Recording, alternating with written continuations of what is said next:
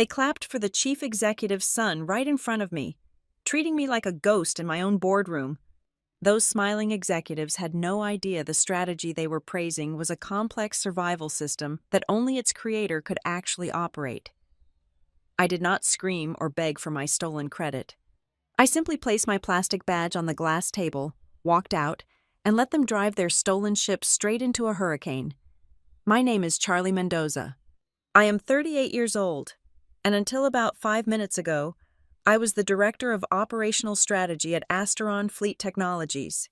Sitting in the glass-walled boardroom on the 20th floor overlooking the gray, unforgiving skyline of Columbus, Ohio, I felt the familiar, gritty burn of exhaustion behind my eyes. The heavy leather folder resting on the polished mahogany table in front of me held the absolute pulse of the entire company. It was a dense, unforgiving blueprint that had cost me 4 solid months of sleepless nights, lukewarm coffee, and missed family dinners. I knew every single comma, every terrifying financial projection, and every brutal operational cut required to keep the lights on in this building. Asteron Fleet Technologies was standing on the absolute edge of a sheer cliff. We had 3 major distribution centers hemorrhaging cash every single day.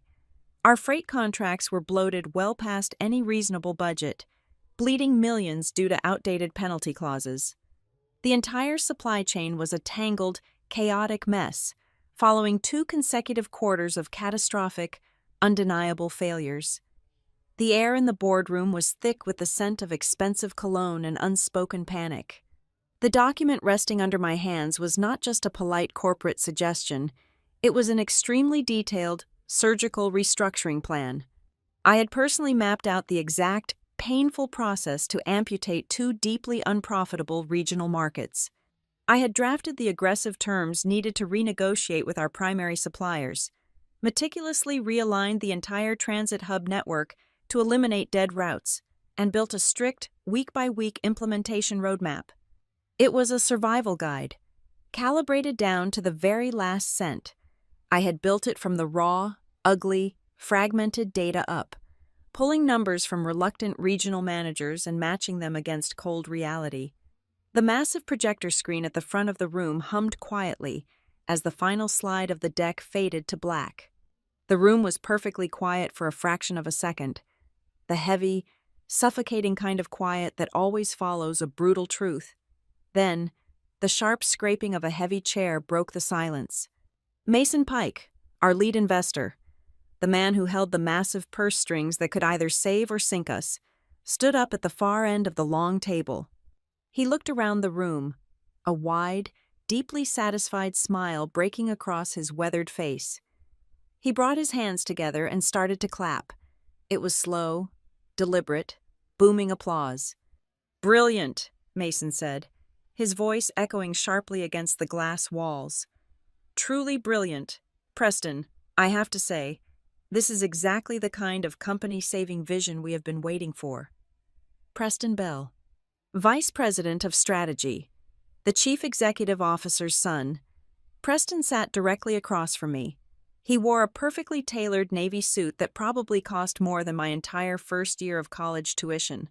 He leaned forward, resting his perfectly manicured hands on the table, and let out a soft, heavily rehearsed exhale. He offered the room a smile that was the exact, calculated mixture of false humility and quiet confidence. "Thank you, Mason," Preston said, his voice smooth, resonant, and incredibly steady. "It has been a grueling process, naturally, but true leadership in a crisis means making the hard choices. It means seeing the forest for the trees and having the courage to execute a clear vision, no matter how painful the necessary cuts might be." He spoke the words with the solemn gravity of a war hero returning from the front lines. Not once, not for a single, fleeting fraction of a second, did his eyes dart in my direction. He did not gesture toward my seat. He did not mention the strategy department or the endless nights my team endured. He simply opened his hands and claimed the entire 4 months of my blood, sweat, and data as his own personal, undeniable triumph. At the absolute head of the table sat Warren Bell, the chief executive officer, and Preston's father. Warren leaned back in his high-backed leather executive chair, his hands steepled thoughtfully under his chin. He was looking at Preston with an expression of pure, unadulterated pride. It was the distinct look of an aging king watching his chosen prince finally lift the heavy sword. All around the massive table, the other board members were nodding in perfect unison. They murmured their deep agreements, exchanging relieved, knowing glances with one another. They looked at Preston as if they had just witnessed the glorious coronation of their rightful heir. I sat perfectly frozen in my chair, the cold recycled air conditioning suddenly biting at my skin. My lungs felt uncomfortably tight, as if the oxygen had been vacuumed right out of the room. I had dealt with Preston taking credit for my ideas before. In this particular industry, in this specific company, a certain amount of intellectual theft from superiors was just considered the unspoken tax you paid to play the corporate game. I was used to my weekly reports being quietly rebranded as his executive initiatives in casual morning meetings. I was used to him tweaking a few adjectives and presenting my minor logistical adjustments as his own strokes of genius. But this was entirely different. This was not a minor internal meeting. This was not a small operational tweak. This was outright, shameless. Daylight robbery right in front of the board of directors and the primary investors. He was actively claiming full authorship of the exact, delicate machinery needed to steer the company through its most critical survival phase. They were blindly handing him the wheel of a massive, actively sinking ship, entirely based on the complex map that I alone had drawn. He did not know how to actually read that map. He did not know why certain logistical cuts were made and why others were strategically spared. He only knew how to read the bullet points on the slide deck. The heavy applause faded into a warm chorus of mutual congratulations. They were already eagerly discussing the rollout phases, carelessly throwing around the strict timelines I had agonized over for countless hours. I looked down at the glossy, pristine cover of my dossier. I looked across the table at Preston, who was now leaning back in his chair, deeply soaking in the corporate validation. I looked at Warren, who was clearly mentally writing his long-awaited succession plan. A strange, icy calm suddenly washed over me. It was a terrifying, crystal-clear clarity that sharpened everything in the room. If I stayed silent right now, I would never truly exist in this company again. I would be buried alive under the heavy foundation of my own hard work, forever serving as the invisible engine to Preston's shiny exterior. I reached up to my lapel. My fingers found the cold, hard plastic of my employee identification badge. I unclipped it. The small metallic snap sounded impossibly loud to my own ears, though no one else in the self-congratulatory room noticed it. I placed the badge flat on the polished mahogany table. I pushed it with my index finger. It slid a few inches, stopping right next to the sharp edge of the master dossier. I reached out and closed my laptop with a sharp, heavy click. That singular percussive sound finally cut through the thick layer of chatter. A few executive heads turned toward me in mild confusion. Preston glanced over, a tiny, deeply annoyed crease forming between his perfect brows, looking exactly like a wealthy host whose servant had just dropped a loud tray during a formal banquet. I stood up. I pushed my heavy leather chair back, the metal legs scraping harshly and loudly against the low pile carpet. The entire room went completely, instantly dead silent. Mason Pike paused entirely mid-sentence, his mouth hanging slightly open. Warren Bell abruptly dropped his steepled hands to the table. Every single pair of eyes in the glass room was suddenly locked directly onto me. "I resign," I said. My voice was perfectly flat. It did not shake. It carried no obvious anger, no dramatic tears, no desperate plea for delayed recognition. It was simply a cold statement of fact. Effective immediately. Warren blinked rapidly, his mouth opening and closing slightly in absolute confusion. "Charlie, what in the world are you talking about? Are right in the middle of a critical board meeting. You cannot just leave."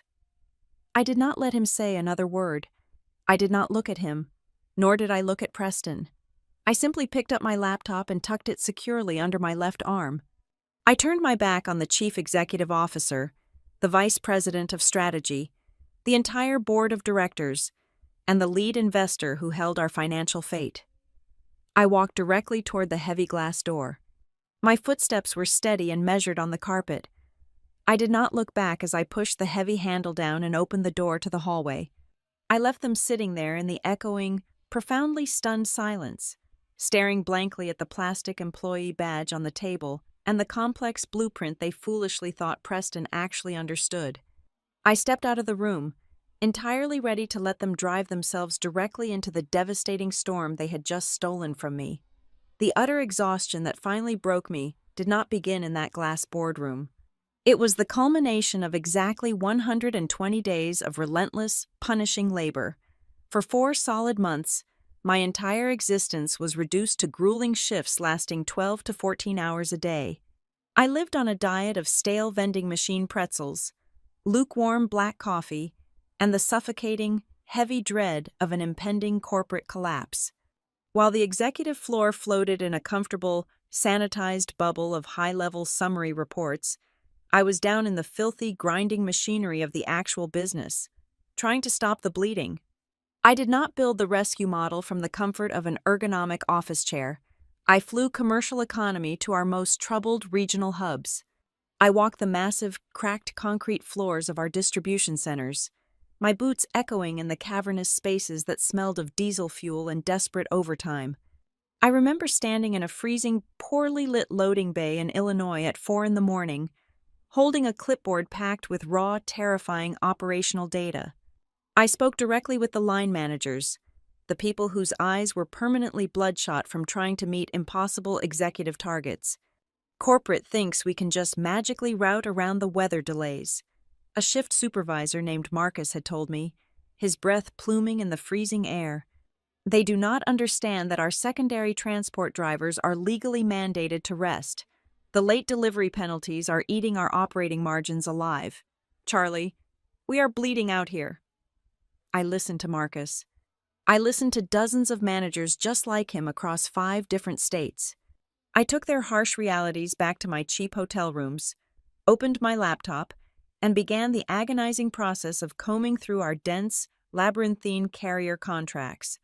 I hunted down every single hidden penalty clause, every absurd delivery metric that our bloated legal department had blindly approved 3 years prior.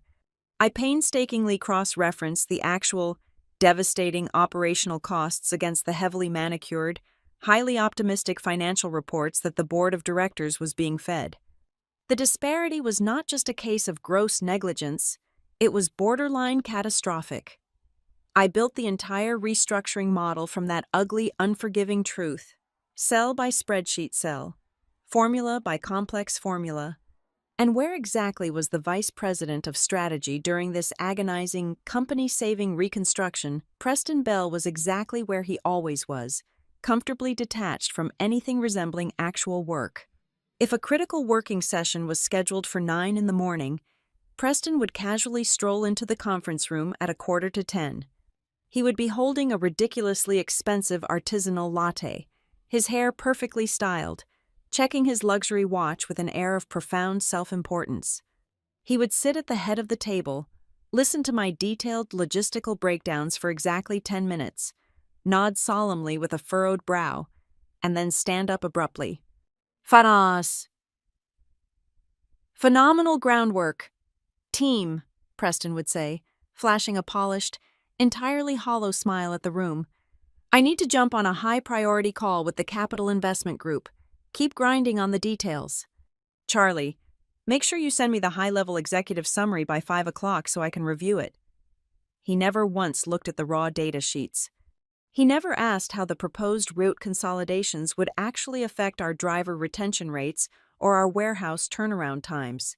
He only cared about the glossy executive summary, the sleek, bullet-pointed slide deck he could ultimately present to his father and the wealthy investors to mathematically prove he was actively managing the crisis.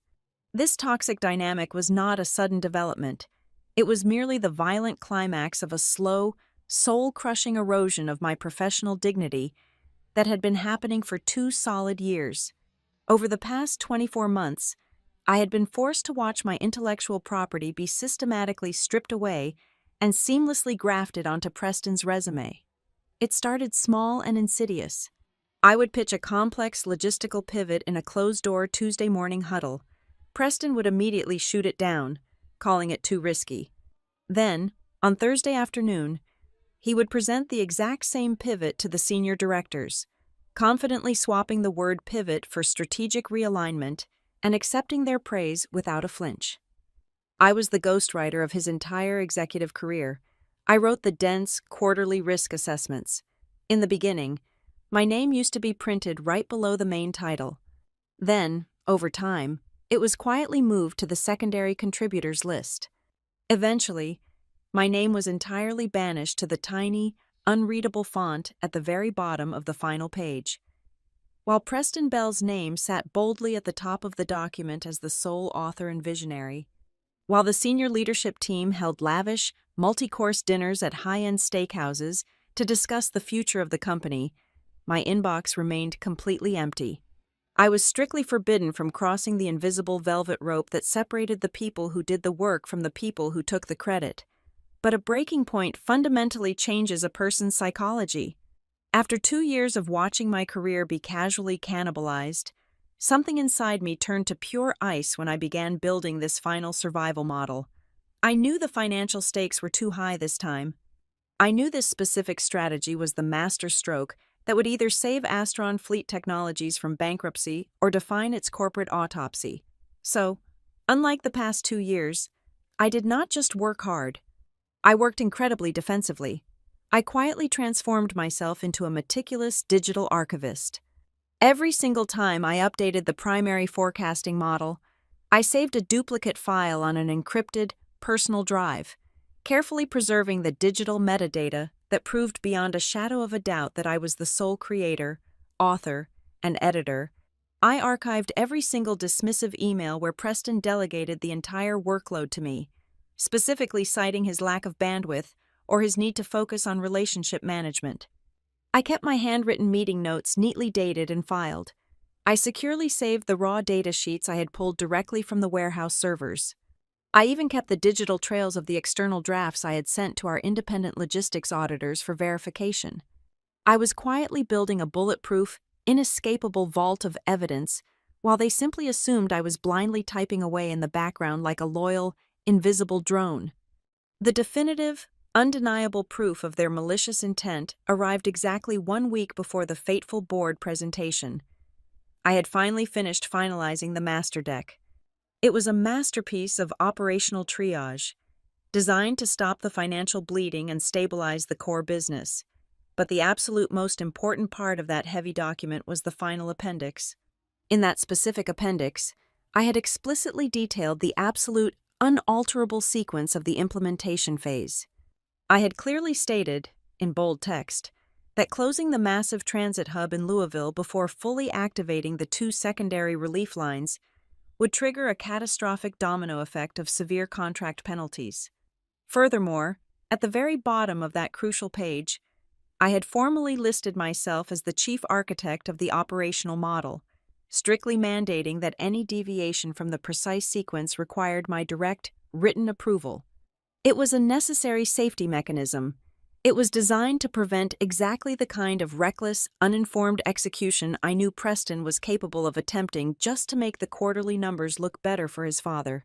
7 days before the board meeting, I logged into the highly secure shared executive drive to do a final spelling check before printing the massive dossiers.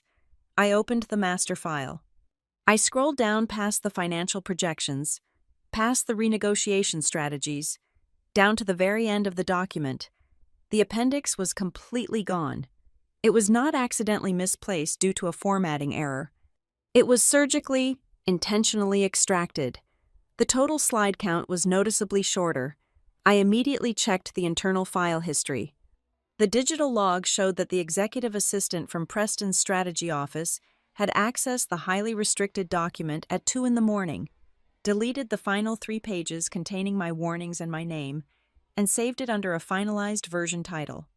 They had deliberately stripped away the critical operational warnings, and they had erased my existence completely. They desperately wanted the shiny, company-saving numbers I had produced, but they wanted to completely scrub the woman who calculated them from the historical record so the sun could wear the crown unchallenged. I sat alone in the harsh blue glow of my monitor that night, staring at the screen until my vision blurred and my eyes burned. I did not cry. I did not draft an angry, emotional email demanding an explanation from the executive team. I just felt a cold, heavy realization settle deep into my bones. The naive, hard-working professional who falsely believed that raw merit and loyalty would eventually be recognized had finally died in that office chair. When I gathered my materials and walked toward that glass boardroom 1 week later, my heavy briefcase weighed down with the freshly printed, compromised dossiers. I was not harboring some desperate, pathetic hope that Warren Bell or the investors would suddenly see my true worth. I knew exactly what was going to happen in that room. I knew Preston was going to steal my life's work. I knew his father was going to proudly bless the theft. I walked through those heavy doors with the absolute, chilling certainty that if I sat there and swallowed my pride for 1 more hour, they would cement my burial forever. They were not just stealing a promotion. They were stealing the defining achievement of my career, to prop up a man who could not even comprehend the strategy he was holding. I stepped into that room knowing the fuse was already lit, fully prepared to walk away and let the explosion consume them. The elevator ride down to the main lobby was the quietest descent I had experienced in my entire professional life.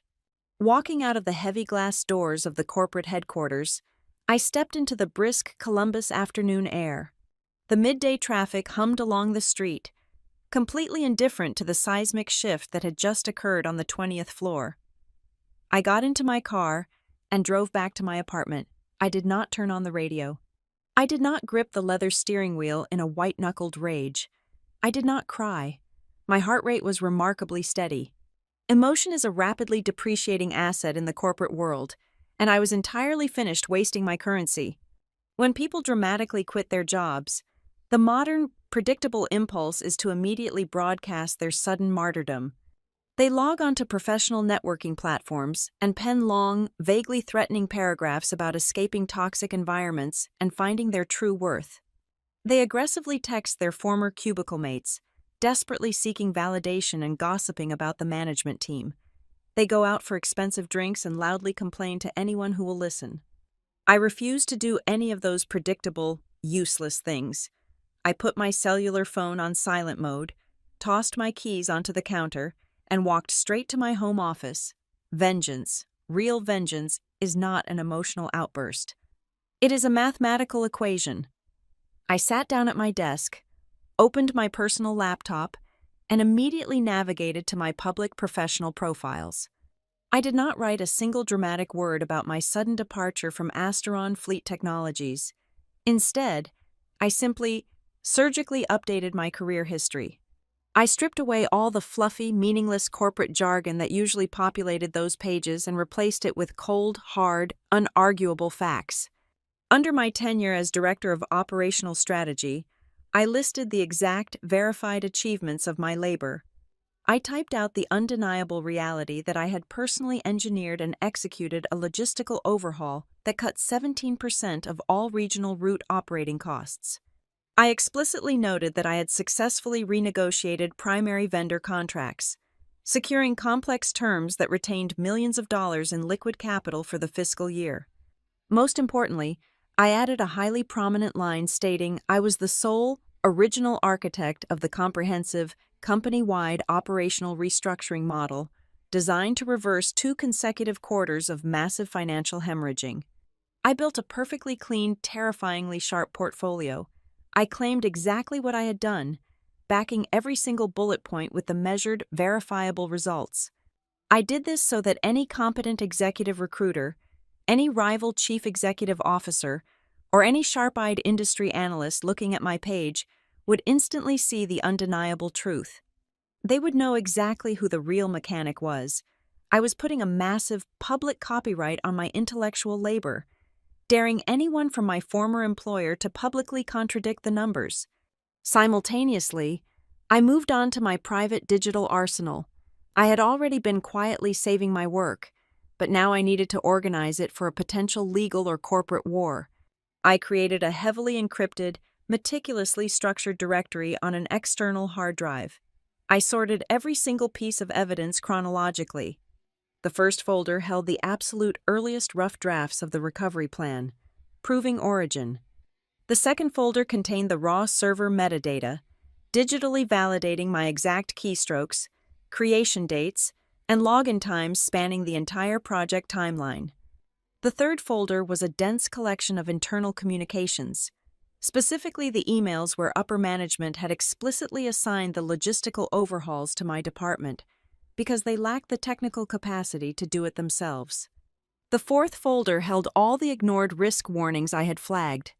Finally, the most vital piece of the puzzle sat in a locked file, the original, unredacted master slide deck, complete with the crucial implementation appendix that Preston's team had so cowardly sliced away before the board meeting.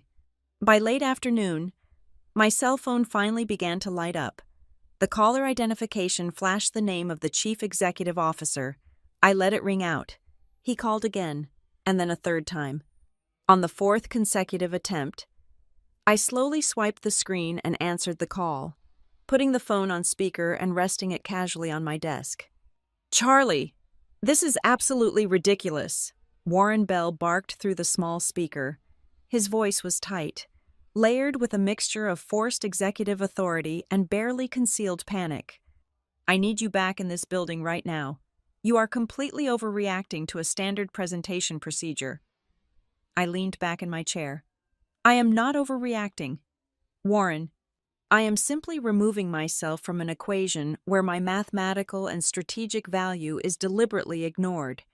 You are taking this far too personally," he insisted, his tone suddenly softening into a patronizing, fatherly cadence that made my stomach turn. Preston was up there representing the team. That is what executives do. Charlie, they present the collective effort to the board of directors and the investors. Your strategy department did absolutely fantastic work, and we all know that internally. But Preston is the face of the group. He handles the investor relations. I stared at the glowing green light of the active call on my screen. My pulse remained perfectly level. "Warren," I said, my voice cutting through his hollow corporate apologies like a scalpel. "Let me ask you one single question. I want you to answer it honestly, right now, on this recorded line." "Fine, ask your question," he snapped, clearly anticipating a demand for a higher salary or a new, meaningless job title. What exact part of that restructuring model did Preston build himself? The silence on the other end of the line was absolute and profoundly heavy. I could almost hear the desperate gears grinding in his head as he searched for a lifeline, a buzzword, anything at all to justify his son's blatant theft. 5 seconds passed, then 10 seconds. "Preston," Warren finally stammered, the authoritative bass completely stripped from his voice, leaving only the weak defense of a nepotistic father. Preston managed the high-level deployment vision. He is the crucial bridge between the raw data and the board's expectations. He provides the leadership role. He did not build a single cell of that model, I stated, shutting down his pathetic attempt at deflection. He does not know what those financial projections mean. He does not know how to actually execute the timeline. And we both know it. Charlie, you need to be reasonable. Goodbye, Warren, I said, and firmly tapped the red button to end the call. That stammering, pathetic answer from the chief executive officer was the final key turning in the lock. It clarified everything. For years, I had held on to a tiny, naive shred of hope that perhaps the executive suite simply did not realize how much of the heavy lifting I was actually doing.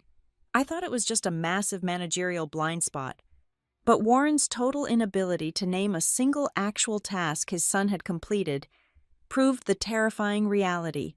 The company had not made an administrative mistake. They were not simply confused about who wrote the strategy. They knew exactly what they were doing, and they had calculated that I lacked the spine to ever challenge their authority. They assumed I would just swallow the disrespect, sleep it off, and quietly return to my desk on Monday morning to fix the inevitable, catastrophic mistakes Preston was bound to make. They were entirely wrong.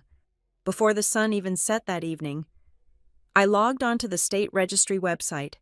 I filled out the necessary legal paperwork, paid the expedited registration fees, and formally incorporated my own independent consulting firm.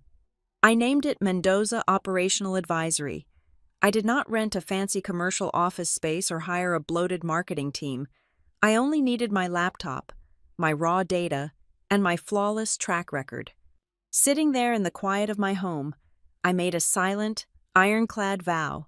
I was completely done waiting for wealthy men in tailored suits to politely acknowledge my existence. I was done begging for a seat at a table that I had personally built from scratch. This time, I was not going to ask anyone to see me. I was going to let the cold, unforgiving reality of the open market force them to look.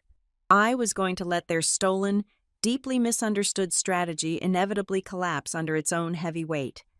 And when they finally realized they were drowning in their own incompetence, I would be the only person on earth holding the life raft. This time, I would force them to face the absolute truth through undeniable data, and I would be the one setting the exact, exorbitant price for their survival. Exactly 21 days. That was all the time it took for the brittle, highly polished facade of executive competence at Asteron Fleet Technologies to completely shatter into pieces. Without my hand violently gripping the steering wheel, Preston Bell decided to execute the complex restructuring plan according to his own shallow, purely cosmetic interpretation. With the end of the fiscal quarter rapidly approaching, he desperately needed a massive, headline-grabbing reduction in overhead to justify the board of directors' blind faith in his leadership. He looked at the operational map, pointed a manicured finger at our massive logistics hub in Louisville, Kentucky, and ordered an immediate, total shutdown. It was the strategic equivalent of yanking the concrete foundation out from under a towering skyscraper just to save a few dollars on the ground floor. In the intricate, highly sensitive mathematical model I had painstakingly built, closing the Louisville terminal was strictly, immovably slated for the 9th week of the rollout phase. That specific timeline existed because the closure absolutely required the prior, full activation of 2 critical, secondary relief lines running through Indiana and Tennessee. The system needed a bypass before you could sever the main artery. Preston completely ignored the sequencing. He did not understand the structural load. He just wanted the instant cash savings to appear on the quarterly balance sheet. The moment the massive steel bay doors in Louisville locked, the entire regional supply chain violently buckled. Thousands of tons of freight suddenly had nowhere to go. Tractor trailers were abruptly rerouted in mid-transit to smaller facilities that completely lacked the square footage, the docking bays, or the manpower to receive them. Delivery times instantly skyrocketed from a standard 48 hours to a disastrous 96 hours, and in several rural sectors, the delays stretched well over 120 hours. Trucks sat idling in unseasonably warm weather, causing refrigeration fuel costs to triple in a matter of days, and with those massive delays came the automated triggers.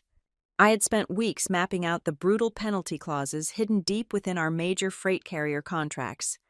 By the 3rd week of Preston's reckless leadership, those automated fines woke up like starving wolves, aggressively biting into the company's rapidly shrinking cash reserves for every single late or redirected shipment. The catastrophe did not stop at the loading docks. A major indispensable parts supplier based in Michigan went absolutely ballistic on a Tuesday morning. Preston's newly formed strategy team, eager to trim the fat and prove their worth, had abruptly terminated a massive procurement contract for fleet maintenance. They entirely missed the heavily fortified 30-day written notice clause that I had practically bathed in fluorescent yellow highlighter in the original internal documents. I had clearly marked that specific vendor relationship as strictly off-limits for early termination, due to our heavy reliance on their specialized inventory. The supplier immediately retaliated by freezing all inbound shipments of replacement axles, heavy-duty tires, and brake pads. This retaliatory strike brought our internal maintenance fleet to a grinding, terrifying halt, while their legal team simultaneously prepared a multi-million-dollar breach of contract lawsuit. Down in the trenches, The regional operations directors were in a state of absolute, unmitigated panic. These were the seasoned veterans actually moving the metal across the highways, and they were watching their networks collapse in real time. They started calling the executive floor relentlessly, begging for actionable solutions. They were holding up the beautifully formatted, glossy slide decks Preston had distributed and screaming into their telephones that the neat bullet points did not explain how to unfreeze a massive gridlock of perishable goods rotting on Interstate 65. The smart-looking strategy that had earned Preston a standing ovation was utterly, comically useless in the dirt, diesel, and chaos of the real world. It was a beautiful map drawn by a man who had never actually walked the treacherous terrain. Up in the sterile, soundproofed finance department, the frantic accountants were desperately trying to build a dam to hold back the floodwaters, under immense, suffocating pressure from Warren Bell to maintain the illusion of absolute control. The finance team attempted to mask the catastrophic weekly operational losses. They started clumping the daily deficit numbers into rolling, obscure monthly averages, desperately trying to smooth out the terrifying spikes in operating costs before the major investors noticed the bleeding. But capital investment firms do not survive by being gullible or looking the other way. Mason Pike's team of ruthless quantitative analysts expected to see a sharp 10% reduction in operating expenditures by the end of the first 30 days. Instead, their external monitoring software was flagging a totally stalled logistics network, soaring fuel costs, and an alarming, unprecedented spike in carrier contract penalties. The promised financial milestones were not just being missed, they were rapidly moving in the exact opposite direction.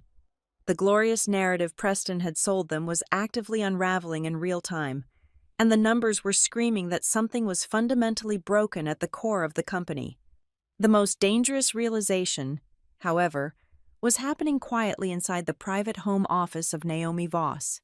Naomi was an independent board member, a seasoned veteran of corporate turnarounds, and a woman who possessed a lethal, unforgiving attention to detail. Disturbed by the sudden, chaotic operational reports crossing her desk, she sat down and opened her highly secure email server. She dug through her archives and pulled up the preliminary prep meeting documents she had received several weeks before the infamous boardroom presentation. She placed her digital tablet next to the final, freshly printed dossier Preston had handed out during the meeting. She began reading them side by side, line by line. The discrepancy was not just minor, it was glaringly obvious.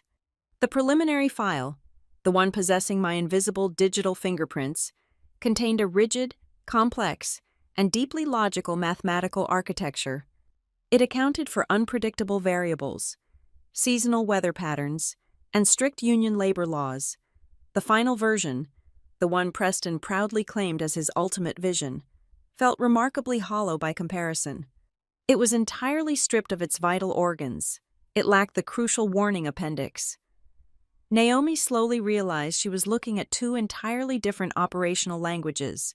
She was looking at the undeniable, written evidence that the confident man standing at the podium was absolutely not the brilliant architect who drew the blueprints. Inside the sprawling Astron headquarters, the people who actually mattered began to whisper. The mid-level managers, the shift supervisors, and the logistics coordinators watched the executive suite scramble from one frantic emergency meeting to the next. They saw Preston Bell pacing the glass hallways, his perfectly tailored navy suits suddenly looking a little too tight, his confident, rehearsed smile completely replaced by a tight, panicked grimace. They are trying to fly a massive commercial airliner through a hurricane, and no one in the cockpit knows what any of the buttons actually do. One of my former senior data analysts texted me late one night. I read the message while sitting comfortably in the quiet of my living room, sipping a glass of water. I did not reply to him. I did not need to fan the flames. The fire was doing a spectacular job all on its own. The very next morning, my newly established professional corporate email account registered a secure notification. It was a highly discreet, carefully worded message directly from a senior partner at Mason Pike's venture fund. It was politely disguised as a standard industry inquiry about the services offered by my new independent consulting firm, But the underlying subtext was screaming loudly. They were quietly fishing for information. They desperately wanted to know why the incredibly sharp, foolproof strategy they had just bet hundreds of millions of dollars on was suddenly tearing their investment apart from the inside. I closed my laptop screen, a slow, deep sense of profound satisfaction warming my chest. The story was nowhere near over. The boardroom theft was merely the prologue to the disaster. The real, devastating drama was just beginning to crack wide open from the inside out, and gravity was doing exactly what I knew it would do. The empire was falling, and I was the only person holding the net. The encrypted messaging application on my personal phone chimed at exactly 9 o'clock on a Tuesday evening. The sender was an unregistered number, but the text contained a private access code to a highly secure audio bridge. I recognized the numeric formatting immediately. It was the exact protocol used by the elite tier of venture capital firms when they needed to completely bypass corporate servers and legally monitored communication channels. I typed in the passcodes and dialed in. "Charlie?" Mason Pike's gravelly voice came through the encrypted line. He sounded deeply fatigued, yet intensely sharp. "I appreciate you taking the call at this hour. I am always available for a consultation." "Mason," I replied, keeping my tone perfectly neutral and carefully measured. "This is not a casual consultation," he said, the exhaustion briefly giving way to a cold, predatory edge. "This is a forensic post-mortem on a train wreck. I need you to know something right now."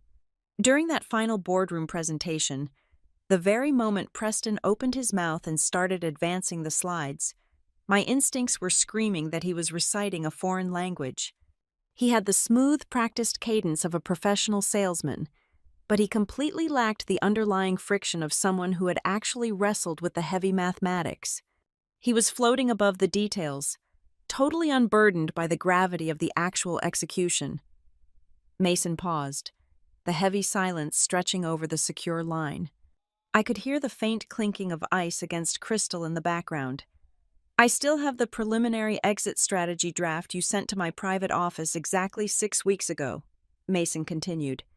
"The one you sent requesting my direct feedback on the regional withdrawal timeline. I had my internal forensic technology team pull the file history yesterday afternoon. The digital metadata is absolute and undeniable. Your digital signature is permanently embedded in every single cell, every complex macro, and every pivot table. Preston's name does not exist anywhere in the foundational architecture." I did not interrupt him. I let him lay his powerful cards, face up on the table. "Naomi Voss also reached out to me quietly this morning," Mason said, lowering his voice as if someone might be listening outside his own heavily guarded doors. "She was deeply suspicious of the chaotic operational report she was receiving. She dug through the raw, unedited archives from the board portal. She found the missing appendix. She found the 3 mandatory execution conditions that were mysteriously absent from Preston's final deck. And most importantly, she found the massive red flag you raised regarding vendor termination." That was the exact moment the scattered, seemingly unrelated puzzle pieces abruptly snapped together in my mind, forming a picture far more sinister than simple executive plagiarism. I opened my encrypted drive while Mason was still speaking. Pulling up my original, unredacted slide deck, I navigated straight to the final, deleted appendix. There it was, the 3rd bullet point under vendor consolidation. The specific supplier I had explicitly marked for immediate, non-negotiable termination, Harbor Ark Transit. "Harbor Ark," I whispered to the empty room, the realization hitting me like a physical blow to the chest. "Exactly," Mason confirmed, his voice devoid of any warmth. It was never just about Preston's fragile ego. It was not merely a desperate, incompetent son trying to steal a brilliant strategy to secure a promotion and impress his father. It was a calculated, high-stakes financial cover-up. Harbor Ark. Transit was not just another underperforming logistics contractor dragging down our margins. They were deeply historically embedded in Warren Bell's personal network. The chief executive officer of Harbor Ark was a permanent fixture at Warren's private country club, a frequent weekend guest at his summer estate, and a quiet, highly leveraged co-investor in several of the Bell family's private real estate ventures across the state. In my purely mathematical, ruthless pursuit of operational efficiency, I had accurately identified Harbor Ark as a massive bleeding wound in our supply chain. Their hauling rates were 25% higher than the current industry standard. Their delivery failure rate was hovering dangerously around 12%. My mathematical model mandated severing their contract completely to free up millions of dollars in liquid capital. Preston did not just delete my name from the title page to claim the intellectual glory. He and his father deliberately deleted the appendix to protect their lucrative, highly unethical political alliance. They intentionally kept a toxic, rotting vendor attached to the company's financial arteries because the Bell family prioritized their private country club relationships over the actual survival of Asteron Fleet Technologies. But by keeping Harbor Ark active, they had fundamentally corrupted the entire cost-saving equation. My model was a tightly wound, highly calibrated clock. If you refused to remove the broken, jagged gear, the entire mechanism would inevitably tear itself to shreds. That was exactly why the regional operations were currently spiraling into absolute chaos. They were desperately trying to achieve my aggressive financial savings targets, while simultaneously carrying the massive, dead weight of Warren Bell's blatant cronyism. It was mathematically and physically impossible. They sabotaged the life raft before it even hit the water, I said, my eyes rapidly tracking the damning numbers on my glowing monitor.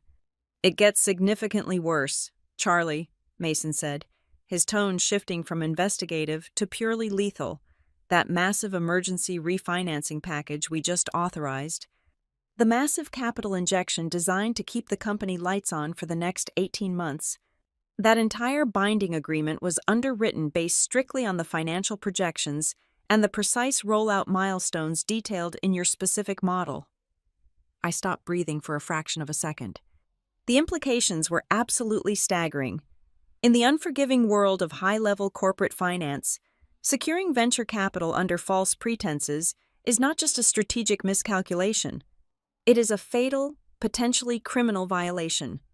If the board of directors formally determines that there was a deliberate misrepresentation of the core strategic assumptions, Mason explained, every single word deliberately measured and heavy with consequence, or a fraudulent presentation regarding the true author and architect of the recovery plan, it constitutes a massive breach of our financial covenants, which means your firm has the legal authority to trigger an executive sweep, I stated, the brutal legal terminology tasting like sharp iron on my tongue. Exactly, Mason replied. We can legally force an immediate, non-negotiable change in the executive management structure. We can clear out the entire suite, starting with Warren and ending with Preston. But I cannot pull that trigger based on hushed whispers and scattered metadata alone. I need the architect. I need the singular person who can step into a hostile room, tear their corrupted rollout apart piece by bloody piece, and mathematically prove exactly how the deception was engineered to protect private interests. The call ended shortly after, leaving me sitting in the quiet hum of my home office. The glow of the monitor cast long, sharp shadows across my polished desk.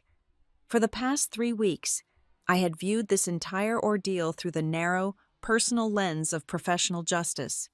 I thought I was simply fighting to reclaim my stolen intellectual property and expose a spoiled, grossly incompetent vice president. I believed my ultimate, final victory would be watching them publicly squirm and admit they desperately needed my brain to fix their mess. But the shocking revelation about Harbor Ark Transit and the venture capital covenants shifted the entire tectonic plate of the conflict. This was no longer a simple workplace grievance about stolen credit. This was a massive structural vulnerability at the very top of the corporate hierarchy. Warren Bell had intentionally compromised his fiduciary duty to protect his personal wealth network, and he had used his son's fake, glossy presentation to blindfold the investors while he executed the theft. I looked at the organized files on my screen, the original, untampered draft, the maliciously deleted appendix, the bloated, toxic contract history of Harbor Ark Transit, the massive, rigid refinancing terms provided by Mason's firm, The Bell family thought they had simply silenced an annoying middle management strategist who was getting too ambitious. They had absolutely no idea they had accidentally handed me the master key to their entire kingdom. I did not just possess the ability to demand a public apology or aggressively negotiate a lucrative consulting fee. I was holding the exact, heavy, unyielding lever required to permanently dismantle their dynasty. I could strip Warren of his coveted crown, banish Preston to the absolute fringes of the industry, and take total, undisputed control of the wreckage. The stakes had escalated overnight from mere vindication to total corporate annihilation. I closed the encrypted drive, a dangerous, absolute calm settling over my mind. I was no longer just waiting for them to fail on their own. I was methodically preparing to be their executioner. The phone rang at 11:15 on a Thursday night. I was sitting at my kitchen island, reviewing the initial incorporation documents for my new firm. I glanced at the glowing screen. The caller identification displayed Warren Bell. I let it ring 4 times before I finally picked it up. I did not say a single word. I simply breathed into the receiver and waited for him to cross the bridge. "Charlie," Warren said. His voice was remarkably different from our last conversation. The booming, authoritative baritone had completely evaporated, replaced by a thin, gravelly rasp that spoke of sleepless nights and unrelenting stress. He paused heavily. I let the silence stretch out, forcing him to endure every agonizing second of his own desperation. "We are experiencing some unexpected friction with the rollout phase," he finally managed to say, clinging desperately to his hollow corporate vocabulary. "The implementation is facing some severe operational headwinds. The board feels we could benefit from your granular expertise to help support the transition." Friction, headwinds, support. It was almost comical how he refused to use the word failure. I did not interrupt him. I let him stumble through a few more painful sentences about supply chain bottlenecks, vendor miscommunications, and unforeseen logistical gridlocks. I listened to the heavy, labored breathing between his words. He was bleeding out, and he was trying to ask for a bandage without admitting he had been stabbed. He wanted to pretend this was just a minor course correction, a small favor from a former loyal employee. "I am not an employee of your company anymore, Warren," I said, my voice perfectly level, cold, and entirely devoid of any sympathetic warmth. "I am the managing director of Mendoza Operational Advisory.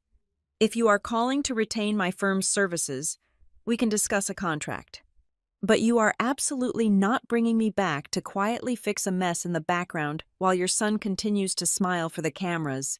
"Fine," Warren conceded quickly, a sharp exhale hitting the phone's microphone. "Whatever title you need to feel comfortable, just come in tomorrow morning and look at the logistics network. We need to stabilize the Midwestern routes. My title is independent consultant," I corrected him. "And my terms are strict and non-negotiable. First, my consulting fee is exactly 3 times my former annual executive salary, prorated for the duration of the contract. I require a 30% non-refundable retainer wired into my corporate account before I even step foot inside your building. Furthermore, I require absolute, unrestricted administrative access to all real-time operational and financial data. No redacted files, no restricted folders." Warren let out a choked, desperate gasp. 3 times. "Charlie, that is an exorbitant figure. I cannot possibly justify that kind of massive expense to the finance committee right now. We are bleeding cash. Then you can explain to the finance committee why your entire freight network is paralyzed and your primary vendors are actively preparing massive breach of contract lawsuits," I replied coldly. "My second condition, I will no longer report to the executive suite. I report exclusively and directly to the board of directors and the primary capital investment group. There will be absolutely no family filter between my data findings and the people who actually hold the purse strings of this company." "You are asking me to completely bypass my own authority," he said, his voice trembling with a chaotic mixture of defensive rage and sheer panic. "I am requiring you to remove yourself from the blast radius," I corrected. "Third condition, every single piece of strategic documentation, both historical and moving forward, will carry my name as the sole architect. The days of my authorship being shrunk, deleted, or reassigned to a vice president are permanently over. It will be explicitly stated in writing across all formal company records. I want my name restored to the master deck. The silence on the line was profound and heavy. I knew he was physically gripping his desk in the dark, trapped hopelessly between his massive, fragile ego and the terrifying, rapidly approaching reality of bankruptcy. And the fourth condition, I continued, driving the final lethal nail into the coffin with absolute precision. Preston Bell is strictly forbidden from attending any technical meetings, war rooms, or strategy sessions that I lead. Furthermore, he is immediately stripped of all decision-making authority regarding the implementation of the recovery model until the board completes a full, independent review of the current crisis. "You cannot banish my son from his own department," Warren snapped, a sudden, desperate flare of parental defense rising in his throat. "That is public humiliation. You are asking me to castrate him in front of the entire company. It is operational triage," I said sharply, my tone cutting through his emotional defense like a razor. "He is actively crashing the plane. I am taking away his pilot license so I can pull us out of the nosedive. You can either accept these terms right now, or you can call Mason Pike in the morning and tell him you deliberately chose your son's fragile pride over his massive financial investment." I knew exactly why I could push that specific, dangerous button so ruthlessly. Behind the scenes, Naomi Voss and Mason Pike had already cornered Warren. They understood perfectly well that Astron Fleet Technologies had completely run out of time to protect the Bell family legacy. Mason had likely threatened to pull the entire emergency refinancing package if Warren did not secure my return immediately. They had handed Warren the loaded gun and forced him to make the call. He had zero leverage, and we both knew it. "Send the contract to the legal department," Warren whispered, his voice completely defeated, drained of all its former power. The line went dead.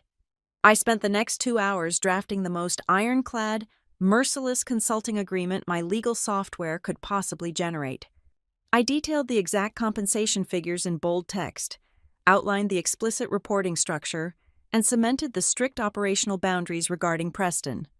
I emailed the document directly to the Chief Legal Counsel of Asteron, making absolutely sure to copy both Mason Pike and Naomi Voss. By 8 o'clock the following morning, the contract was signed, digitally verified, and the massive retainer fee had successfully cleared into my new corporate bank account.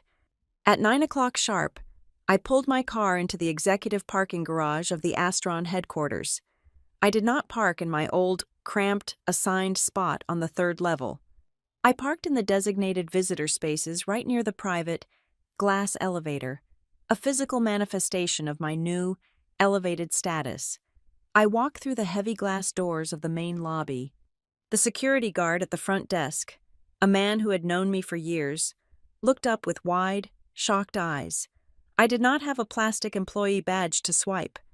He quickly checked his daily log, swallowed hard, and hurriedly printed a premium contractor pass. The elevator ride up to the 20th floor felt entirely different this time. Weeks ago, I had descended these very same shafts feeling like a ghost, an invisible, disposable asset whose life's work had been violently hijacked. Now, the heavy metal doors parted to reveal a totally transformed atmosphere. The executive floor was practically humming with a thick, suffocating nervous energy. Assistants darted quickly through the hallways carrying thick stacks of paper. Senior managers stood in hushed, frantic clusters near the coffee stations, their faces pale with exhaustion. The moment I stepped onto the carpet, the conversations abruptly died. Heads turned, eyes followed me. I walked past my old, small cubicle without a single sideways glance. I walked directly past the closed, frosted glass door of the Vice President of Strategy. I did not look for Preston. I did not care if he was hiding inside his luxurious office, stewing in his own bitter humiliation. I was directed by a nervous assistant to a massive, private corner office that had been hastily cleared out for my arrival. It had a sweeping view of the city, a massive mahogany desk, and a private conference table. I placed my heavy leather briefcase onto the polished wood. I opened it and pulled out my laptop. I did not return to this building as a wounded, desperate employee begging for a second chance or quietly asking for a slightly better performance review. I returned as an apex predator. I was the absolute only person within a 100-mile radius who possessed the intricate living map required to navigate them out of the devastating hurricane they had foolishly triggered.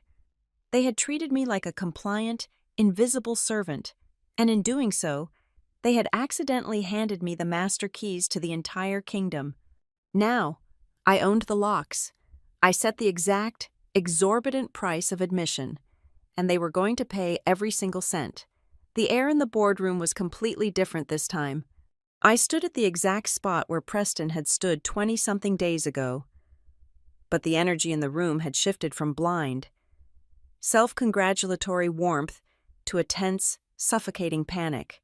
I did not begin my presentation with personal grievances, passive-aggressive remarks, or emotional accusations regarding my stolen credit. I opened with a brutal, clinical autopsy of the company's current massive hemorrhage.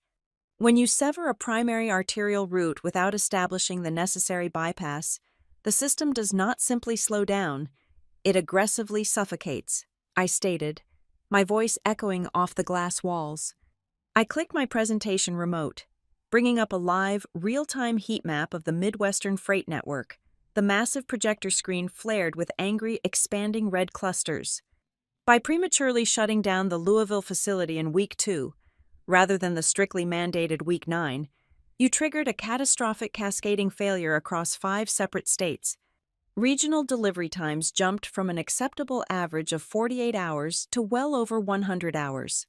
This single, uninformed decision immediately activated aggressive penalty clauses in our 3 largest vendor contracts, bleeding roughly $2 million in operational fines in just 14 days. The board members stared at the screen, their faces pale in the glow of the projector. I did not pause to let them mourn the lost capital.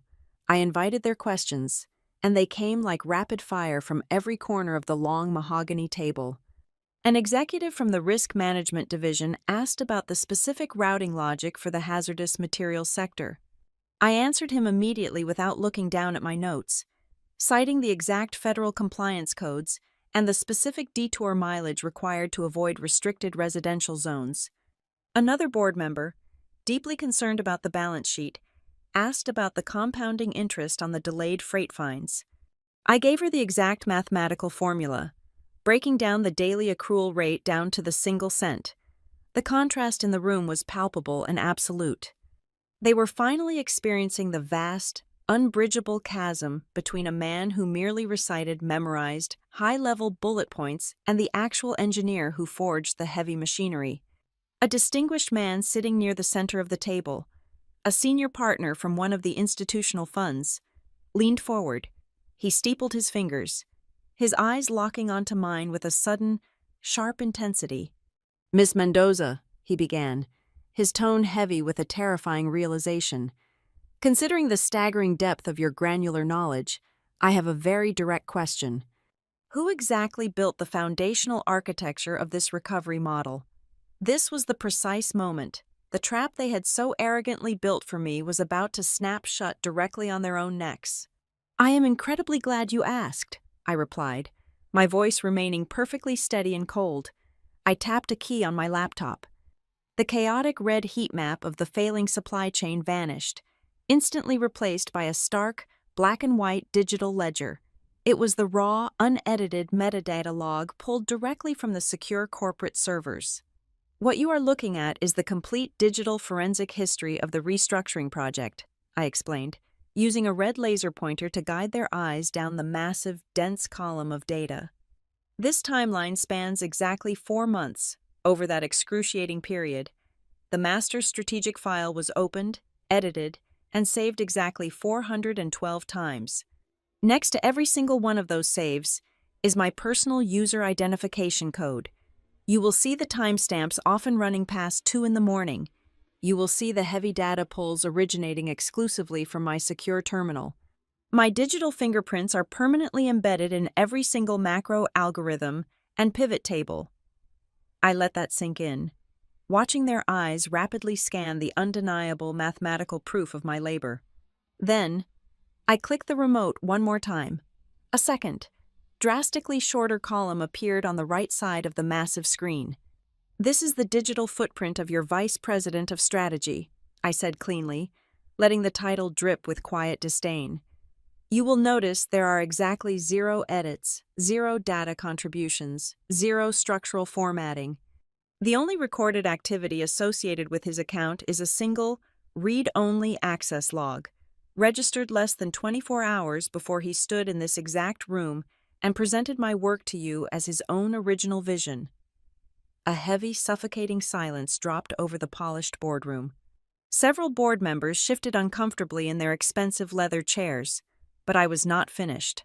Exposing the blatant plagiarism was only the appetizer. The main course was the intentional, malicious sabotage. "However," I continued, the temperature in my voice dropping to freezing, "taking unearned credit is merely an issue of profound executive ego. What happened next is a matter of catastrophic operational negligence." I brought up the final slide of my original presentation, the one the board had never been allowed to see. "This is Appendix Section 4, which was surgically deleted from your final presentation packets. In this specific section, I established 3 absolute non-negotiable prerequisites for the restructuring phase. First, I explicitly stated that the Louisville hub could absolutely not be closed until the Indiana and Tennessee relief lines were fully staffed, tested, and operational." Several board members audibly gasped, instantly connecting the maliciously deleted warning to the massive financial bleeding they were currently experiencing on the ground. Furthermore, I pushed forward, driving the blade deeper. I placed a strict, unavoidable red flag on one specific logistics vendor, Harbor Arc Transit. My raw data definitively proved their hauling rates were 25% above the market average, coupled with a completely unacceptable failure rate.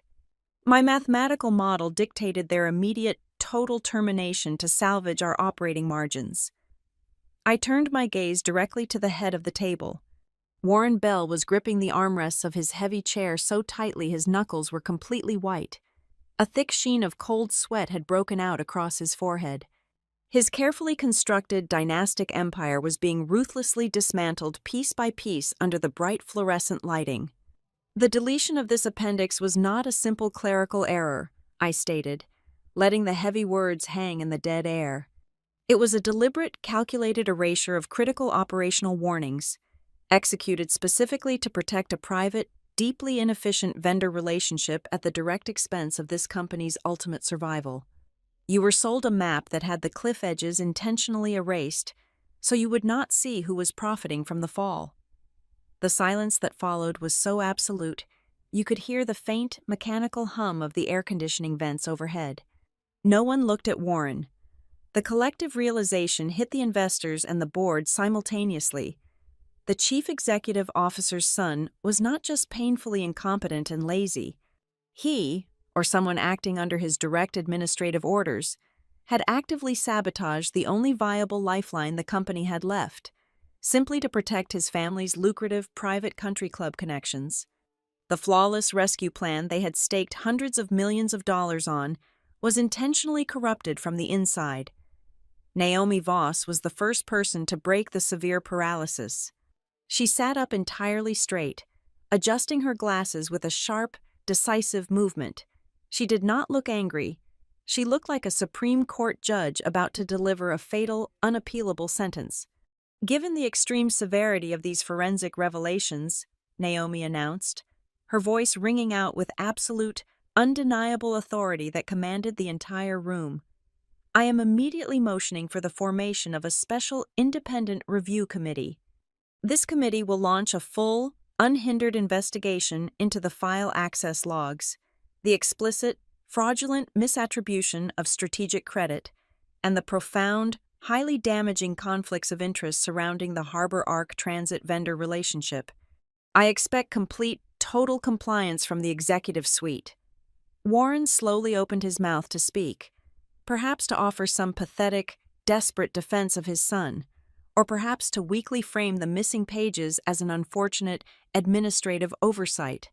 But he looked around at the hardened, furious faces of the investors and realized there was absolutely no cover left to hide behind. The raw numbers do not lie, and the raw numbers were currently strangling his legacy to death. He slowly closed his mouth and stared blankly at the polished wood in front of him, looking suddenly very frail, very old, and entirely defeated. He finally understood that his son's arrogant theft had likely just cost them both their entire corporate kingdom. I did not smile. I did not gloat. I simply reached over to my laptop and closed the forensic log on my screen. The emotional execution was complete. The rot had been successfully diagnosed in broad daylight, and the point was irreparably made. The independent investigation can handle the corporate accountability, I said, my tone shifting instantly from a cold prosecutor to a pragmatic chief surgeon. I brought up a brand new, highly complex structural recovery diagram on the main projector. My sole focus right now is stopping the financial bleeding. We are currently losing roughly $150,000 a day in entirely preventable logistical bottlenecks. If you want this company to actually survive until the end of the fiscal year, this is exactly how we are going to fix the broken machine before it tears itself completely apart. I watched the entire room visibly shift their posture, leaning forward toward the glowing screen, entirely captivated by the only person left in the building who could actually save them. I commandeered a massive, windowless conference room on the 4th floor of the headquarters and permanently rebranded it as the Operational War Room. I banned glossy presentations entirely. If any manager walked through those heavy doors, holding a color-coded executive summary or a beautifully animated slide deck, I immediately sent them back to their desks. I demanded raw, unformatted, and entirely unforgiving spreadsheets.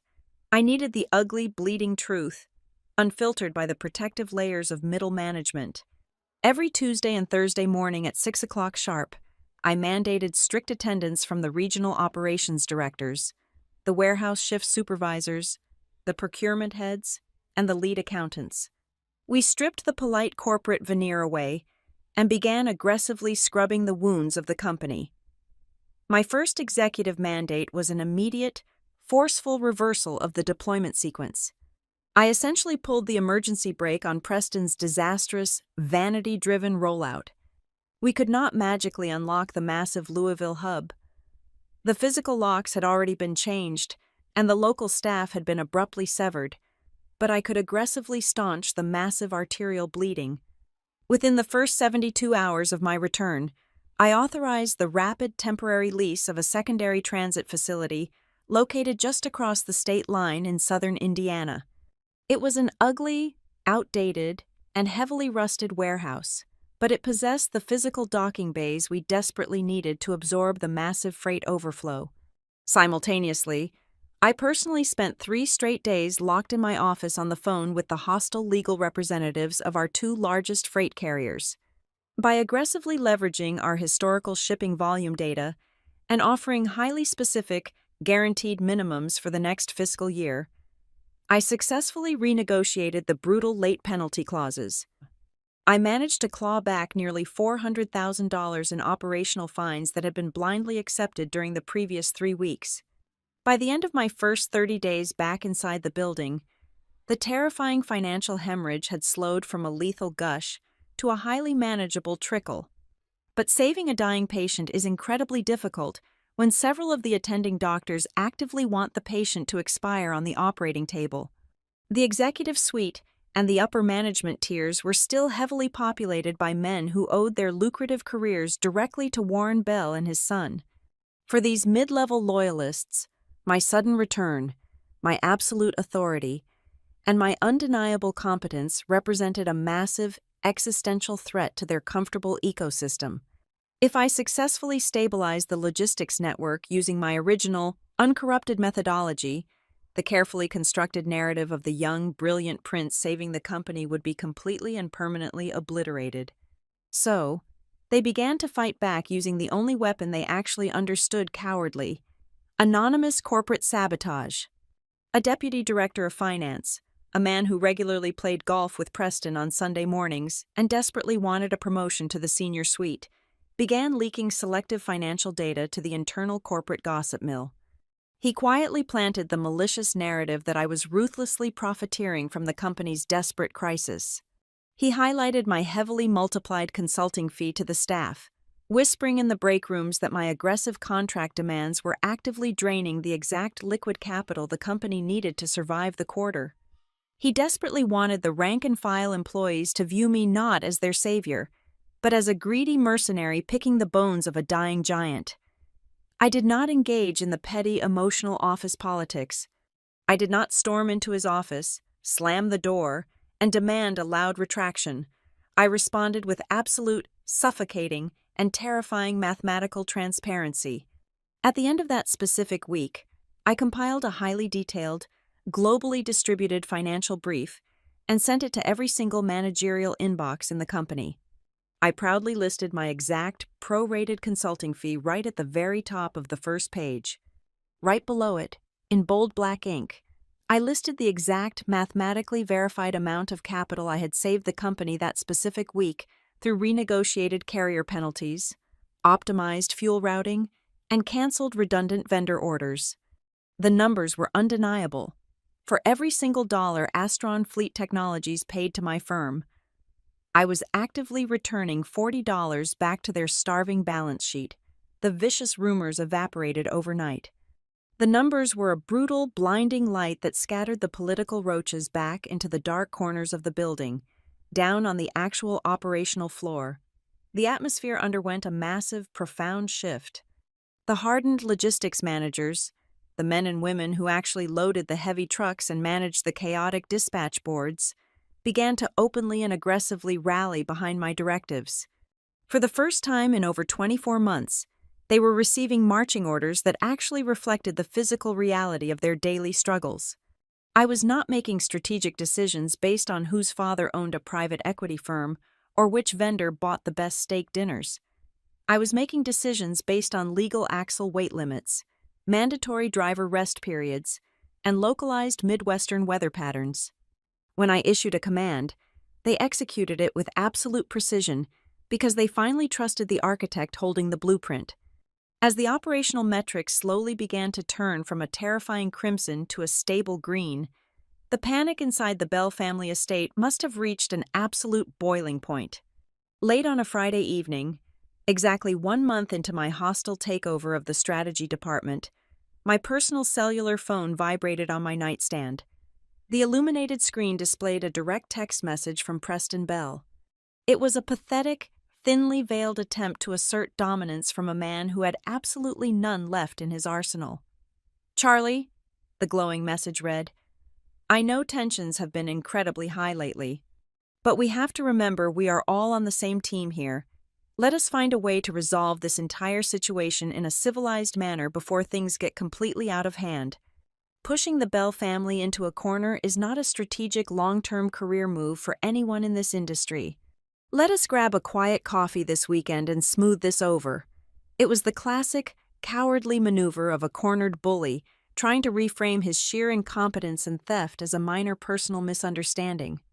He was dangling a vague, implied threat regarding his powerful family's industry connections, desperately hoping to intimidate me into softening my grip on the Operational Review Committee. He wanted me to back down, to magically grant him a sliver of the credit so he could salvage his completely destroyed reputation before the board brought the hammer down. I did not type a reply. I did not laugh, nor did I feel a single ounce of righteous anger. I simply took a high-resolution digital screenshot of the text message.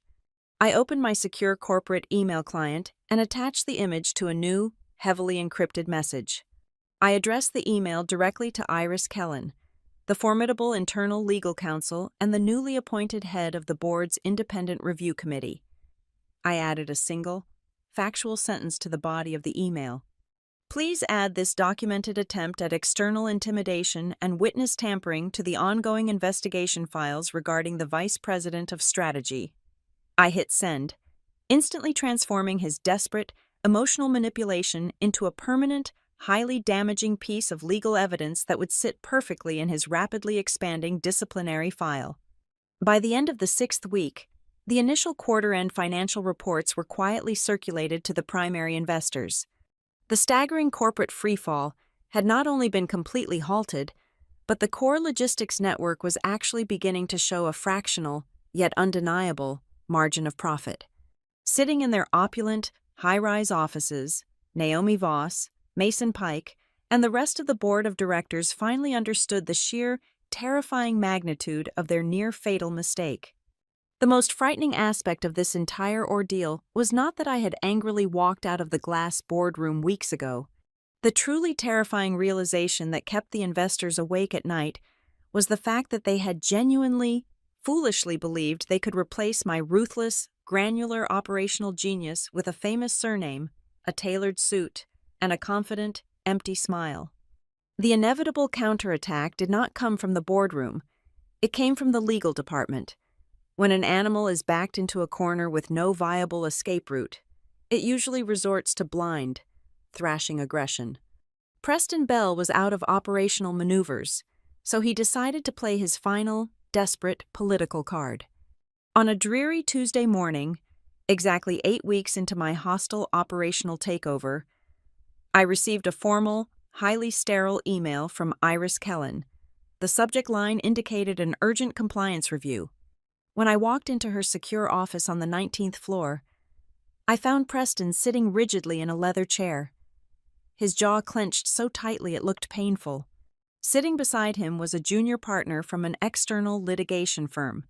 "Miss Mendoza," the external lawyer began, his tone dripping with practiced corporate menace. "We have reason to believe that upon your sudden resignation, you unlawfully downloaded highly confidential proprietary logistical data belonging to Asteron Fleet Technologies. My client, the Vice President of Strategy, asserts that you utilized this stolen intellectual property to illegally construct the foundation of your new private consulting firm." It was a classic, heavy-handed intimidation tactic. Preston was trying to bury me in a massive, financially crippling lawsuit to force a settlement where I would quietly drop the internal investigation against him. He wanted to frame my meticulously built portfolio as the product of corporate espionage rather than undeniable personal competence. I did not flinch. I did not raise my voice or launch into a defensive tirade. I simply looked at Iris Kellen, the head of the Independent Review Committee. "I categorically deny this absurd accusation," I said smoothly. "However, since the Vice President of Strategy is so deeply concerned about data integrity, I formally request an immediate, comprehensive forensic audit of my network access logs. I want your internal technology division to pull every single byte of data I transferred, copied, or viewed during the final 72 hours of my employment." Preston's confident smirk wavered for a fraction of a second. He had expected me to panic at the threat of litigation. He did not realize I had operated with surgical, terrifying precision on the day I quit. The audit took exactly 4 hours. We sat in a sterile holding room while the server engineers dissected my digital footprint. When Iris finally returned with the thick printed report, she did not look at me. She looked directly at Preston, and her expression was absolutely lethal. "The logs are entirely clean," Iris stated, dropping the heavy folder onto the conference table. After surrendering her badge, the system confirms she did not access a single internal directory outside of the specific, restricted files she was already explicitly authorized to build. There is zero evidence of unauthorized data extraction. I leaned forward, resting my hands on the table. I believe that concludes the espionage portion of our morning. But since we are already reviewing forensic server logs, Iris, did the technology team happen to finalize the access report regarding the deleted appendix from the master strategy deck? Iris nodded slowly. The trap I had set weeks ago finally sprang shut with bone-crushing force. They did, and the results are deeply troubling. The technology team traced the exact digital terminal that deleted the warning pages and your authorship credits. The deletion occurred at 2 o'clock in the morning on the day of the board meeting. It was executed directly from the secure workstation assigned to the executive assistant of the Vice President of Strategy. Preston's face drained of all color. He looked as if all the oxygen had been violently sucked from his lungs. In his desperate, clumsy attempt to frame me for theft, he had accidentally forced the legal department to fully verify his own malicious sabotage. He had legally sealed his own coffin. The shockwaves of that specific audit did not stop with the Sun. By the end of the week, the review committee pulled the internal communication archives between Preston and his father. They uncovered a deeply damning chain of encrypted emails, proving beyond a shadow of a doubt that Warren Bell had been fully briefed on the altered presentation beforehand. The chief executive officer knew perfectly well that my name had been stripped from the documents and the vital operational warnings had been buried. Yet, he allowed the fraudulent presentation to proceed anyway, choosing to actively risk the survival of a billion-dollar infrastructure company simply to artificially elevate his son as the brilliant, unquestionable heir to the corporate throne. With the Bell dynasty rapidly crumbling under the weight of their own documented lies, the true power brokers of the company made their move. Late Thursday evening, Naomi Voss invited me to a private, highly discreet dinner at an exclusive restaurant located well outside the city limits. We sat in a dimly lit corner booth, far away from any listening ears. Naomi did not waste time with pleasantries. She poured a glass of red wine and looked at me with a mixture of profound respect and sharp calculation. "Warren is finished," Naomi said quietly. "The investors have completely lost faith. We are officially scheduling the final board vote for next Wednesday to execute the leadership change. Mason Pike and the institutional funds are ready to clean house. And when the dust settles, we are going to need a new executive vision. The board wants to formally offer you the position of Chief Strategy Officer. You will have a massive corner office, a senior executive salary, and absolute operational control." It was the ultimate corporate dream. It was the exact prestigious title I had secretly coveted for 2 agonizing years while toiling away in the shadows. It was the absolute pinnacle of vindication, taking the very throne from the men who had tried to erase my existence. I looked down at my glass of wine. I thought about the heavy glass boardroom, the suffocating corporate politics, and the endless, exhausting cycle of trying to convince wealthy investors to believe the raw data. "No," I said softly. Naomi blinked, her hand freezing halfway to her glass. "Excuse me. I appreciate the offer. Naomi, I truly do," I explained, my voice steady and completely certain. "But I refuse to go back to being an internal employee. I do not want to be the brilliant mechanic permanently trapped in the basement, constantly patching the holes of a broken, outdated corporate structure. The Chief Strategy Officer title is just a shiny pair of handcuffs.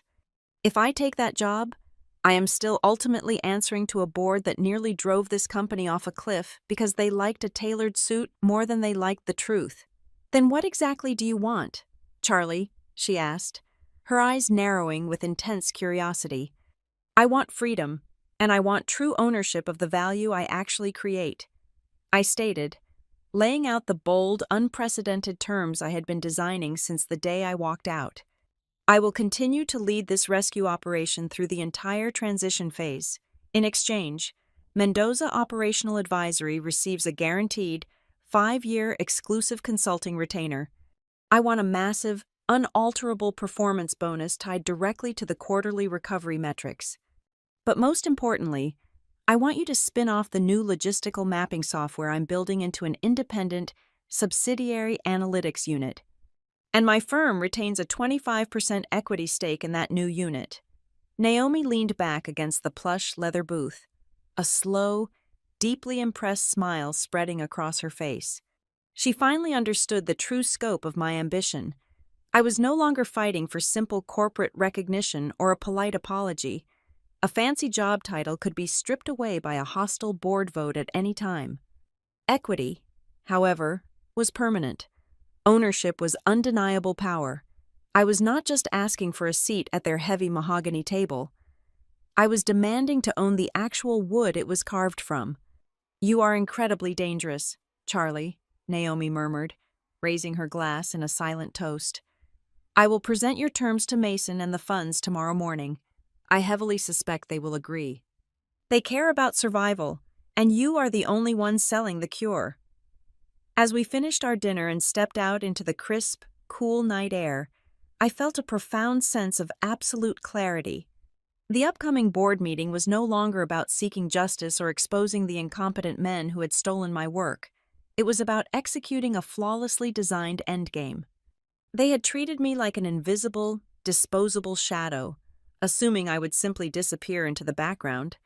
Instead, I had wrapped myself around the very foundation of their empire, and next Wednesday, I was going to force them to sign over a piece of their kingdom just for the privilege of staying alive. The final, deciding board meeting convened on a crisp Wednesday morning. The atmosphere was completely stripped of the arrogant, self-congratulatory warmth that had filled this exact glass room several months prior. Today, the air was sharp, heavy, and smelled distinctly of impending corporate execution. Iris Kellen, acting as the head of the Independent Review Committee, stood at the head of the long mahogany table to deliver the final devastating forensic report. She did not raise her voice, but her measured words fell like heavy concrete blocks onto the polished wood. The committee has reached a unanimous, undeniable conclusion, Iris stated, her eyes slowly scanning the silent executives and nervous investors. We have found absolute documented evidence of gross misattribution of strategic credit regarding the primary logistical recovery model. Furthermore, we have forensically verified the intentional, malicious deletion of critical operational warnings from the master presentation deck. Finally, we conclude there has been a catastrophic, highly damaging failure of corporate governance directly at the chief executive level. Mason Pike did not even wait for Iris to sit back down in her leather chair. The lead investor leaned forward, his hands clasped tightly together, his face carved from absolute stone. Let me be absolutely perfectly clear about where my capital investment group stands, Mason said, his voice dropping to a lethal, gravelly pitch that commanded total silence. We are formally prepared to activate the executive sweep clause buried deep within our emergency refinancing agreement. We will legally pull every single cent of our funding by 5 o'clock this afternoon unless this company immediately restructures its supreme power dynamic and fully authorizes the new operational rescue package right here, right now. You are out of time, and you are out of second chances. Desperation is a truly pathetic color when worn by a formally powerful man. Warren Bell gripped the edges of the heavy table, his face a pale, ashen mask of pure panic. He looked around at the unforgiving, hardened faces surrounding him and made one final, miserable attempt to save his crumbling legacy. This is a massive, completely unnecessary overreaction, Warren pleaded, his authoritative baritone cracking slightly under the immense pressure. We are talking about internal administrative oversights. Preston made a youthful misjudgment regarding the slide formatting, and our communication channels temporarily broke down. It was an internal error, not a malicious conspiracy.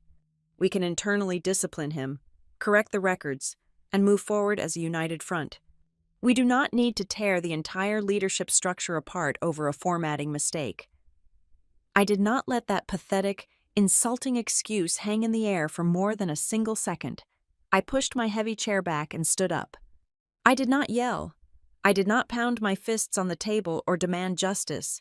The raw gravity of the empirical data did all the screaming for me. An internal error is misplacing a decimal point on a quarterly budget report, I said, my voice cutting through the thick room with freezing, surgical precision. Intentionally deleting a severe vendor warning to protect your lucrative, private country club relationships is not a simple oversight. It is calculated, deliberate sabotage. Because of that specific, intentional omission, this company bled nearly $3 million in completely avoidable freight penalties in less than 4 weeks.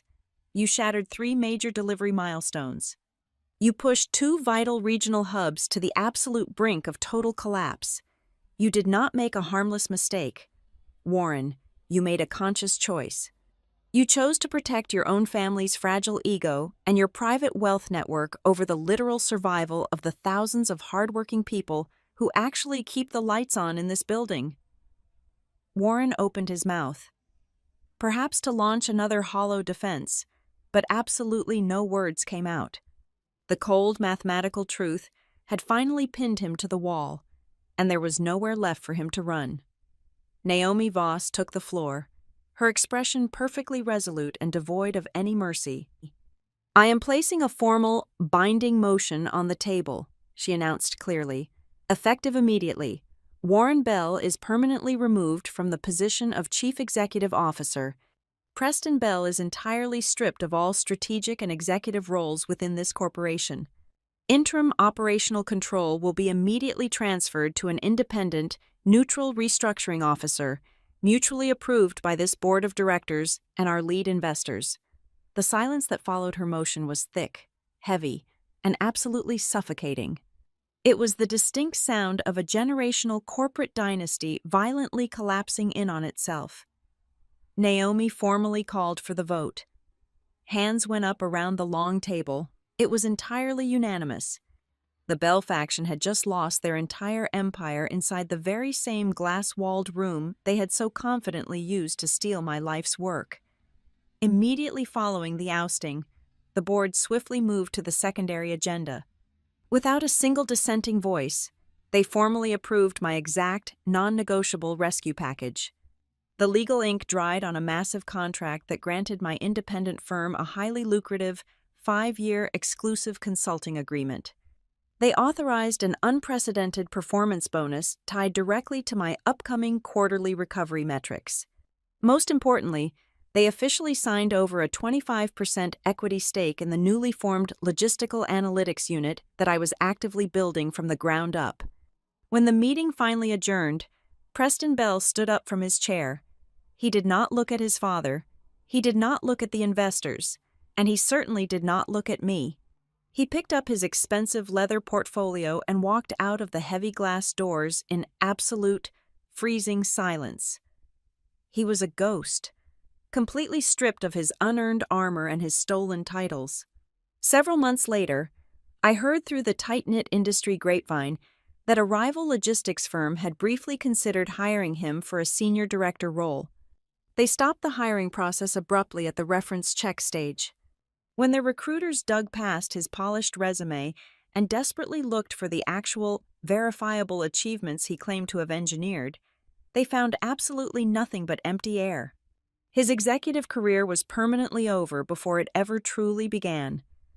Warren lost the coveted, powerful throne he had so desperately intended to pass down to his son. He was quietly ushered into a forced, deeply embarrassing early retirement, entirely banished from the industry he thought he owned. As for me, I did not ask for my old desk back. I did not return to the cramped third floor to reclaim my former cubicle and pretend everything was normal. I walked out of that building possessing something infinitely more valuable than a plastic employee badge or a fancy corporate title. I walked out possessing absolute, unbreakable control over my own name, my own income, and the entire trajectory of my professional future. At the absolute end of the fiscal year, Asteron Fleet Technologies published its massive, publicly available annual shareholder report. Right there, printed beautifully on the glossy second page, was a highly detailed summary of the miraculous logistical turnaround that had officially saved the company from total bankruptcy. My name was printed exactly where it belonged. The board explicitly named Charlie Mendoza and my independent advisory firm as the sole architects of the restructuring strategy. It was the exact, formal recognition I had silently begged for over 2 agonizing years. But this time, I had not asked for it. I had violently forced them to write it into their own permanent historical record just to save their own remaining shreds of credibility. On a bitterly cold Columbus afternoon, I stepped out of the massive glass doors of the headquarters for the final time that week. The icy wind whipped aggressively through the downtown streets, but I felt entirely warm. I pulled my heavy wool coat tight and walked toward my car. I did not look back at the towering corporate structure behind me. I did not need to. I had finally learned that the most perfect, devastating form of revenge is not screaming at your enemies or making a dramatic, emotional scene to make them feel temporarily ashamed. The ultimate flawless revenge is methodically forcing the very system that tried to crush you to legally sign a binding document confirming that every single brilliant, beautiful, and successful thing keeping them alive was created entirely by you. Thank you so much for listening to this story today. Please let me know in the comments where you are listening from so we can connect and share our thoughts. And do not forget to subscribe to the Boss Revenge Stories channel, like this video, and support the channel even more by pressing the hype button so this story can be heard by many more people.